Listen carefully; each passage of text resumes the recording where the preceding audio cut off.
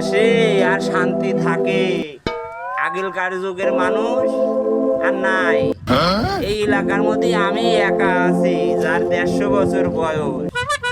এই আমরা আগে পাখি ভালোবাসিছি, পাখি অতিথি এক আপ্যায়ন করছি, মারিনি। আর এখনকার যুগের ছাওয়াল পাল পাখি মারে, বাইতলি যায় বউ সালের সাথে খাবো নে ভুনা ভুনা করিয়ে, স্বাদ লাগবে নি।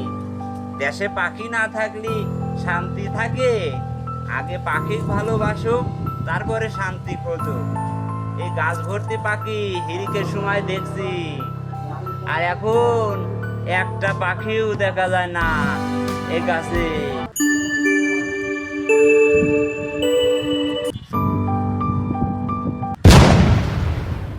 আরে ওই পোলাটা ওই গাছ থেকে নামতাছে, কি রহস্য? কি গাছে উঠছিল কে?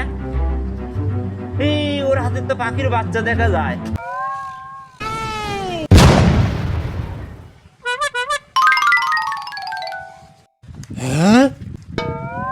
এই শয়তান, এই দাঁড়া, এই দাঁড়া দাঁড়া, তুই পাখি, ভাই রে খুদা, তুই পাখি ধরছু? এত বড় তো সাহস! এই পাখি হলো কারণ জাতীয় সম্পদ, আমার এই অতিথি পাখি। এই দেশে পাখি নাই, ওই জন্য মানুষের মধ্যে ভালোবাসাও নাই। আর এই পাখি তুই ধরছু, এত বড় সর্বনাশ করছু। তুই জানিস না সরকার পর্যন্ত এই পাখি ধরা নিষেধ? এই পাখি হলো জাতীয় পাখি, এই পাখি তুই ধরিছু, হাইরে সর্বনাশ! ওই তোর বাবার নাম কি রে? হারামজাদা, হারামজাদা, সর দেবো দেবো একটা। কাকা আমি তো কোনোদিন পাখি ধরি নাই কাকা, বন্ধুরা পিকনিক করতেছে, আমার তো টাকা নাই, সেজন্য আমি পাখি বাচ্চা ধরছি, এই পাখি দিয়েই পিকনিক করব। কাকা আমি পাখি নিয়ে যাই কাকা। আবার কি সাহস কাজে নিয়ে যাই? হারামজাদা!